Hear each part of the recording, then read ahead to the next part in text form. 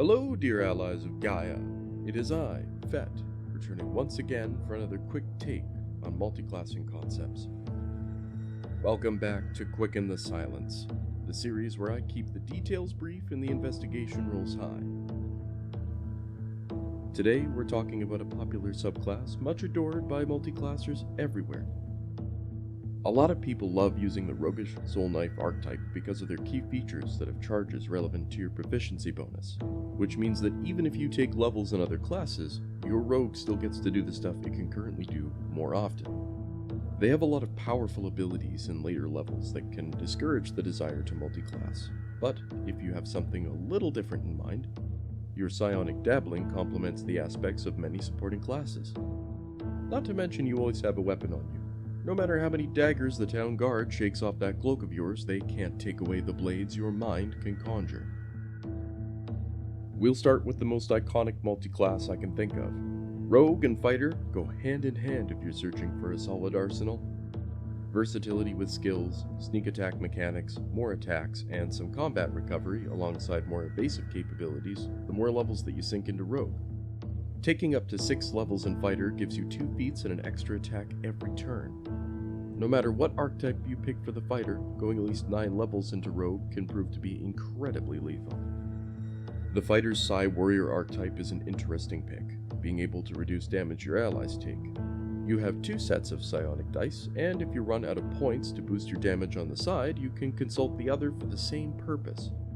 One thing to mention is that there may be some weapon juggling depending on how your DM interprets your Soulknife Psychic Blades feature and its application to the fighter's extra attack. Talk with your DM about that part though, as the results may vary a smidge. Either way, makes for a very headstrong character. Oh! Shut the fuck up. Yikes, man! Just drawing the line right now. Shut the fuck up. Okay, You're moving not on. even fucking funny, man. It's fine. Because I like this idea, I'll give 2 more examples. The champion fighter is always a consideration for me.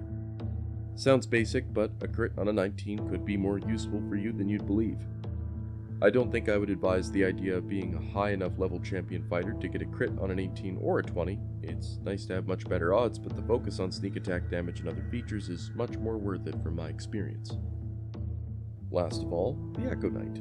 I know you want me to say Battle Master, but if you've glanced over it before, I'm sure you know why that's a good take. Echo Knight gives you the use of an echo of another you. If the rogue wasn't already egotistical, there's a better chance with this build. Sadly, you don't get flanking using your echo. It's considered an object, but as a result, some spells and abilities will not work on the echo, meaning it could be places that you might not want your rogue to be, combat or not. As far as I'm concerned, it's a part of you. If you attack through the echo, it perhaps avoids the effects of the spell that can only target creatures while beating your enemies silly. And quite frankly, when you attack the echo, it's your attack, which means you apply what features you have to the results of the attack, so sneak attacks shall be fairly abundant. Another decent choice is Ranger. A little bit of magic, an extra attack, and a unique bit of versatility that melts well with rogues. If nothing else, the 2 work fairly well thematically. Gloomstalker is a wonderful archetype to consider when multiclassing with the Soulknife Rogue. Initiative rolls get a boost, a little extra walking speed at the beginning accompanied with some extra damage.